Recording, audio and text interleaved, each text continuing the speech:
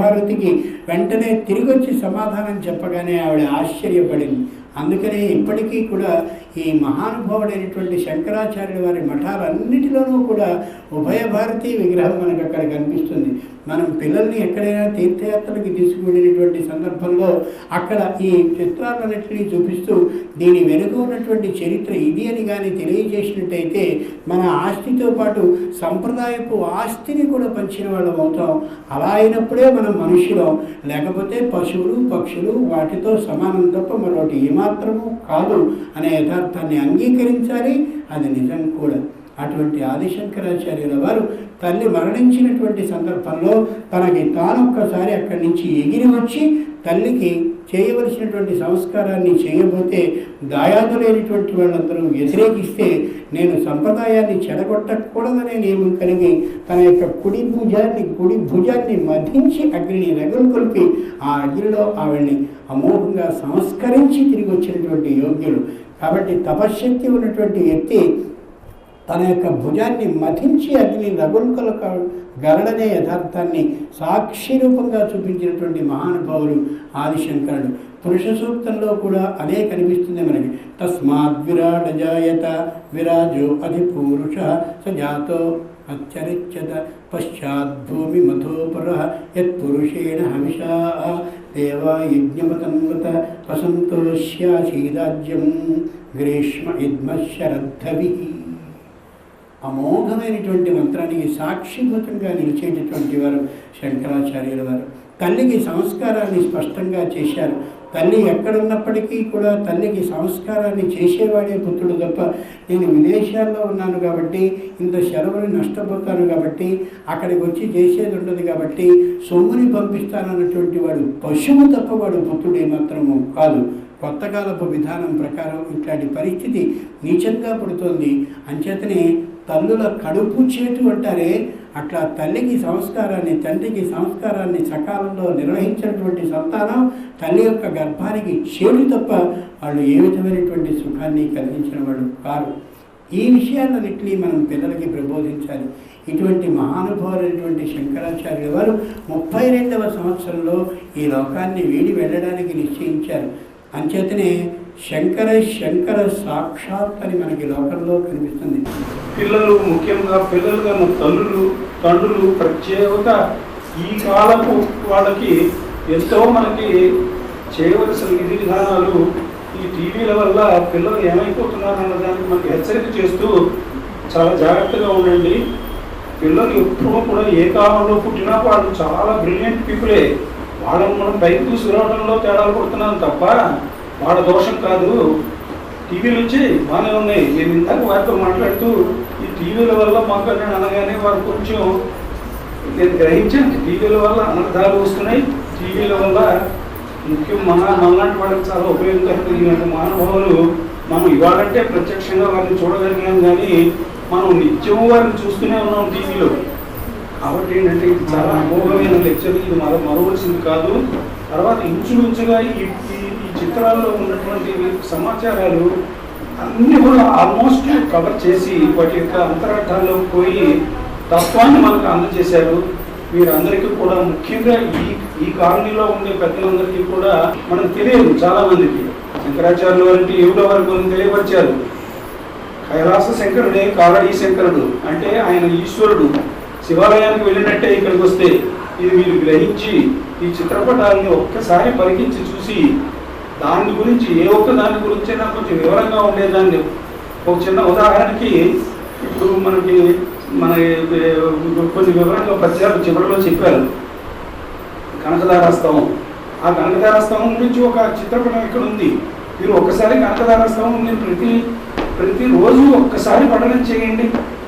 మనం శంకరాచార్యులు అని ఎంతో గుర్తుపెట్టుకున్న వాళ్ళు అవుతాం. కాబట్టి మీ అందరికీ నేను చేసే మనం ఏమిటంటే ఈ కట్టిన అది మేము కేవలం ఈ ఏరియాలో ఉన్న వాళ్ళు అదృష్టం అనుకుంటాను. నేను ఎన్నో చోట్ల చేద్దామని ఆలోచించి చివరికి ఇక్కడ చేయటం ఇది ఇక్కడ ఉన్నటువంటి ఏరియాలో ఉన్నటువంటి వాళ్ళకి చాలా అదృష్టం. కాబట్టి గణపతి దేవాలయానికి వచ్చిన ప్రతి వారు కూడా ఇక్కడికి కూడా వచ్చి కొంచెం సేపు సమయం వెచ్చించి శంకరాచార్యుల వారి గురించి ఇంకా కొంచెం ఎక్కువగా తెలుసుకొని ఆ పుస్తకాలు పఠనం అంటే మన ఫ్యూచర్లో మా ఉద్దేశం ఏంటంటే ఇక్కడ మంచి లైబ్రరీ డెవలప్ చేయాలని ఉంది. ఆ ఆఖరికి మాకు అప్పుడే ఆ లైబ్రరీ గురించి కొన్ని విరాణాలు రావడం మొదలుపెట్టినాయి. అంటే పుస్తక రూపంలో వస్తుంది. కాబట్టి ఇక్కడ లైబ్రరీ కూడా డెవలప్ చేస్తాం, గ్రంథాలయం వీరందరూ కూడా ఉపయోగపరచుకొని ఇప్పుడు నేను చేసినా కూడా నేను ఎంతో దూరంలో ఉంటాను ఇక్కడి నుంచి. నాకు రోజు రావాలంటే అంత అవకాశం, నా వయసు కూడా అంత నన్ను సహకరించదు. అందువల్ల ఇక్కడ ఉన్న వాళ్ళందరూ సద్వినియోగం చేసుకుంటారని వచ్చిన వాళ్ళందరికీ ధన్యవాదాలు తెలియపరుచుకుంటూ, ఇక కొంచెం ముందరగా వచ్చుంటే బాగుండేది. ముందు ఎప్పుడన్నా ఇలాంటి ప్రవచనాలు పెట్టినప్పుడు సమయానికి రావటం, సమయం అయిన తర్వాత రాకుండా ఉండటానికి ప్రయత్నం చేయటం, ఇవన్నీ కూడా చేయమని భగవంతుడి ఆ శంకరాచార్య వారి సముఖంలో మిమ్మల్ని అందరినీ ప్రార్థిస్తూ, వారి ప్రవచనం ముగిసిన తర్వాత నేను సమయం మాట్లాడటం నాకు భావ్యం కాదు, అయినప్పటికీ కూడా నేను ధైర్యం చేసి వారి ముందర 4 మాటలు మాట్లాడాను. మాటలు రాని పిల్లలు మాటలు వచ్చిన తల్లిదండ్రులు నేను మాట్లాడినట్టే వారి ముందర నేను మాట్లాడటం ఇది ఒక సాహసం. కాబట్టి నన్ను వారిని మన్నించమని ప్రార్థిస్తూ, మేము ఎప్పుడైనా ఇలాంటి అవకాశాలు మాకు మీరు ఇవ్వాలని ప్రార్థిస్తూ మీ అందరి తరఫున నేను ఇంతటితో ముగిస్తున్నాను. శ్రీనివాసాయ మహతే గురువర్యాయ ధీమతే, శ్రీనివాసాయ మహతే గురువర్యాయ ధీమతే, సంస్కృతాంధ్రాది విదుషే అర్పయామ్యభివందనం, సంస్కృతాంధ్రాది విదుషే అర్పయామ్యభివందనం. వైశాఖ శుద్ధ పంచమ్యాం, వైశాఖ శుద్ధ పంచమ్యాం జయంత్యాం శంకరస్య చ మధ్యాం మతో మధ్యో మధు జయంత్యాం శంకరస్య చ, వైశాఖ శుద్ధ పంచమ్యాం జయంత్యాం శంకరస్య చ, శ్రీనివాస ప్రవచనం అద్భుతం పరమాద్భుతం. మన బ్రహ్మశ్రీ మైలవరపు శ్రీనివాసరావు గారికి చిన్న సన్మానం. మన పాండురంగారావు గారు, శ్రీనివాసరావు గారు, మా కమిటీ తరఫున మన గురువు గారికి చిన్న సన్మానం.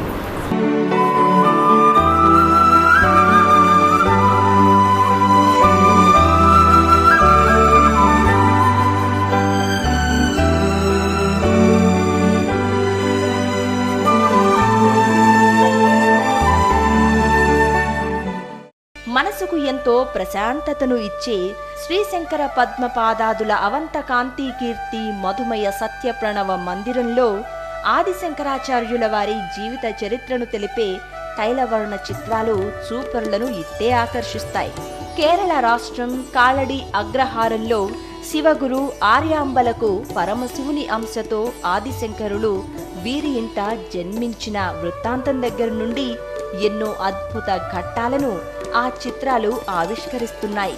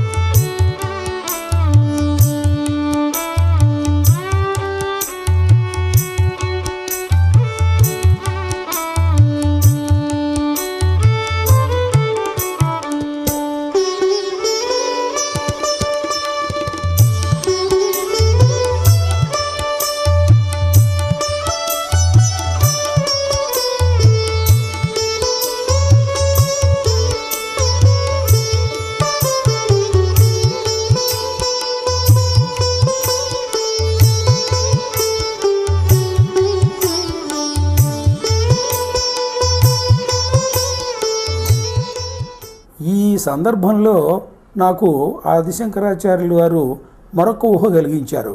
ఈ ఏదైతే మందిరం ఉందో ఈ మందిరం లోపల వారి జీవిత విశేషాలను తెలిపేటువంటి కొన్ని పెయింట్లు, చిత్రాలు ఏదైనా పెడితే బాగుంటుంది అని ఒక ఆలోచన వచ్చింది. అప్పుడు ఎలా పెట్టాలి, ఏమిటి పెట్టాలి అని దాని గురించి దీర్ఘంగా ఆలోచించి చాలా చోట్లకు వెళ్ళి ఎవరితోటి చేస్తే బాగుంటుంది అన్న ఆలోచనలు వెంబడబడటం, అనుకోకుండా ఒక మంచి చిత్రకారులు హైదరాబాద్లోనే నెల్సన్ అనే పేరు గల 80 సంవత్సరాల వయసు గల ఒక పెద్దవారు తోటి నాకు పరిచయం ఏర్పడ్డది. వారు వేసిన పెయింట్లు అవన్నీ నేను చూశాను. చూసి ముగ్ధున్నయి నా యొక్క మనసులో ఉన్న కోరికని వారికి వ్యక్తపరిచాను. వ్యక్తపరచడంతో వారు తప్పకుండా వేద్దాం మధుసూదన్ రావు గారు అని చెప్పి నన్ను చాలా ఎంకరేజ్ చేశారు. అయితే వారు ఏం చేశారంటే, వీటన్నిటికీ కూడా మీరు ఒక్కళ్ళే చేయటం బాగుండదు, 10 మందిని దీనిలో భాగస్వాములుగా చేస్తే బాగుంటుందని వారు నాకు సలహా ఇవ్వటం, అట్లాగే ఎంతోమంది మిత్రుల్ని నేను అప్రోచ్ అయ్యి దీనికి ఏదన్నా మీకు చేతనైన సహాయం ఏదైనా చేసినట్టయితే ఆ చిత్రపటాలు మీ తల్లిదండ్రుల జ్ఞాపకార్థం, మీ పెద్దవాళ్ళ జ్ఞాపకార్థం పెడతానని చెప్పడం, వారందరూ చాలామంది మిత్రులు ముందుకు వచ్చి ఓవర్ సబ్స్క్రైబ్ అయిపోయి అవన్నీ పెయింట్లు చాలా చక్కగా వారు తయారు చేసి ఎంతో శ్రద్ధగా అవన్నీ ఆ హాల్లో పెట్టడం జరిగింది. అది పెట్టిన తర్వాత దానికి ఎంత అందము, ఎంత శోభ, ఎంత ఎడ్యుకేటివ్ వాల్యూస్ వచ్చాయంటే భక్తులందరూ కూడా లోపలికి వచ్చి ఒక్కొక్క దాని ముందర నిలబడటం, వాటన్నిటిని విశేషంగా చదవటం, అది ఎంతో ఆకర్షించడం నాకెంతో ఆనందాన్ని కలిగించింది. సామాన్య భక్తులే కాకుండా విశిష్ట వ్యక్తులు కూడా దాన్ని చూడటానికి వచ్చినప్పుడు వారు కూడా ఈ యొక్క ఐడియా చాలా బాగుందని ప్రశంసించడం నాకు ఎంతో తృప్తినిచ్చింది. ఉదయం నుంచి సాయంత్రం వరకు ఆదిశంకరుల జయంతి వేడుకలలోనూ మధ్యాహ్నం అన్న సంతర్పణలోనూ విశేష సంఖ్యలో భక్తులు పాల్గొని తమ జన్మను చరితార్థం చేసుకున్నారు. ఈ ఉత్సవంలో ఆలయ వ్యవస్థాపక దంపతులు శ్రీ సోమయాజుల మధుసూదనరావు శర్మ, శ్రీమతి సత్యవతి గార్ల కుమార్తెలు శ్రీదేవి, పద్మావతి, డాక్టర్ వాణి గార్లు అల్లుళ్ళు వేణుగోపాల లక్ష్మణరావు, వాసుదేవమూర్తి, డాక్టర్ శివరామకృష్ణ గార్లు మరియు కుమారుడు వేణు వెంకట విజయశంకర్, కోడలు కాంతి ప్రవీణలు తమ అమూల్యమైన సహకారాన్ని అందించారు. అలాగే ఈ ఉత్సవానికి వెన్నుదన్నుగా నిలిచి విజయవంతం చేయడానికి తమ తోడ్పాటునందించిన మందిర ఆగమ శాస్త్ర సలహాదారులు సిద్ధాంతి, జ్యోతిష్యరత్న బ్రహ్మశ్రీ విజుమళ్ళ బిందు మాధవ శర్మ, శ్రీముఖ నిధి భక్తనిధి శ్రీ జగదాంబ త్రిశక్తి పీఠాధిపతులు బ్రహ్మశ్రీ తాళ్ళూరి బెనారస్ బాబు మరియు శాశ్వత వంశ పారంపర్య ధర్మకర్త, ఫౌండర్, ట్రస్టీ, అధ్యక్షులు శ్రీ డివి నారాయణరెడ్డి గారు, ఉపాధ్యక్షులు ఐ పాండురంగరావు గారు, కార్యదర్శి బి శ్రీనివాస్, కోశాధికారి పివిఎస్ఎస్ సుబ్బారావు గారు, కమిటీ సభ్యులు ఎస్ఆర్ఎన్ కుమార్, డి బ్రహ్మారెడ్డి, శ్రీమతి డి శివనాగేంద్ర, ప్రధాన అర్చక స్వామి ఆర్ శ్రీనివాసరావు, సహాయ అర్చక స్వామి పవన్ కుమార్ శర్మగార్ల సేవలు ఎంతగానో కొనియాడదగినవి. ఆదిశంకరాచార్యుల వారి జయంతి ఉత్సవాలు ఆద్యంతము ఎంతో ఘనంగా జరిగాయి. నిత్యము కూడా అక్కడ శ్రీనివాసరావు గారు అని మాకు ఈ యొక్క కార్యక్రమాలు తలపెట్టేవారు అక్కడ ఉండటం మా అదృష్టం. వారు ఎంతో ఉత్సాహంతో నిత్యము కూడా అక్కడ ధూపదీప నైవేద్యాలు అన్నీ జరుపుతూ ఉంటారు. అలాగే గురువారం మరి గురువుకు సంబంధించిన మన జగద్గురువులు కనుక ప్రతి గురువారము కూడా అభిషేకాలు చేయటం, ధూపదీప నైవేద్యాలు అవన్నీ పెట్టడం అవి ప్రతి వారం జరుగుతుంటాయి. ఇదే కాకుండా సంవత్సరానికి ఒకసారి ఈ గురు పూర్ణమి నాడు ఏదైతే ఉందో మరి జగద్గురువులు కదా, వారికి సముచితమైనటువంటి కార్యక్రమాలు జరపడం మంచిదని శ్రీ తాళ్ళూరి బనారసి బాబు గారు ప్రత్యేక శ్రద్ధ తీసుకొని ఆ రోజున అభిషేకం అయితే ఏమిటి, తర్వాత పూజా కార్యక్రమాలు అవుతే ఏమిటి, తర్వాత హోమాలు అవుతే ఏమిటి, ఇవన్నీ కూడా జరిపించి అక్కడ ప్రసాద వితరణ కార్యక్రమాలు అవి జరుగుతుంటాయి. ఇది సంవత్సరానికి ఒకసారి జరిగే కార్యక్రమం. ఇది కాక ఆదిశంకరాచార్యుల వారికి ప్రత్యేకమైనటువంటి ఈ శంకర జయంతి కూడా వైశాఖ మాసంలో వస్తుంది కనుక ఆ రోజున శంకర జయంతి ఉత్సవాలు కూడా విశేషంగా జరిపించటం ఇక్కడ ఆనవాయితీగా వచ్చింది. ప్రతి సంవత్సరం కూడా ఇలాంటి విశేష కార్యక్రమాలు జరిగితే భక్తులు కూడా చాలా శ్రద్ధ తీసుకొని దీనిలో కార్యక్రమాల్లో పాల్గొని దీన్ని ఎంతో జయప్రదం చేస్తూ రావటం నాకు ఎంతో సంతోషాన్ని కలగజేస్తమే కాకుండా మనం చేసిన కార్యక్రమాలకి ఒక రకమైనటువంటి చక్కటి కార్యక్రమాలు శ్రద్ధగా జరుగుతుండటం కూడా నాకు ఎంతో సంతోషాన్ని కలగజేస్తుంది. ఇంకా భవిష్యత్తులో ఏమిటి చేయాలి అని ఒక ఆలోచన తట్టినప్పుడు అక్కడ ఈ మందిరానికి ఎదురుగుండా ఆ వినాయక స్వామి గుడికి ఎదురుగుండా ఒక చక్కటి చెరువు న్యాచురల్గా ఉంది. అక్కడ నాకేమనిపిస్తుందంటే ఆ శంకరాచార్యుల వారి మందిరం రావడంతో ఆ చెరువు మధ్యలో ఒక ఆదిశంకరాచార్యుల వారి విగ్రహం పెట్టి దానికి పేరు జగద్గురు ఆదిశంకర సాగరము అని దానికి పేరు పెడితే అది ఎంతో సముచితంగా ఉంటుందని నా చిన్ని మైండ్కి తట్టింది. కానీ ఇది నాకు సాధ్యపడే వ్యవహారం కాదు, అంత తేలిక కాదు. దీనికి లోకల్గా ఉన్న ఎమ్మెల్యేలు కానీ లేకపోతే మున్సిపల్ వార్డు వాళ్ళు కానీ ప్రభుత్వం తరఫున చేసినట్టయితే అది ఎంతో సముచితంగా ఉంటుందని చెప్పేసి మరి నా జీవితకాలంలో అది జరిగితే నేను చాలా ఆనందిస్తాను. నేను చెప్పదలుచుకున్న 3 వాక్యాలు ముగిస్తున్నాను. నమస్కారం. శంకర విజయం, ఆది శంకర విజయం, సత్య శంకర విజయం, ధర్మ శంకర విజయం. లోకా సమస్త సుఖినో భవంతు.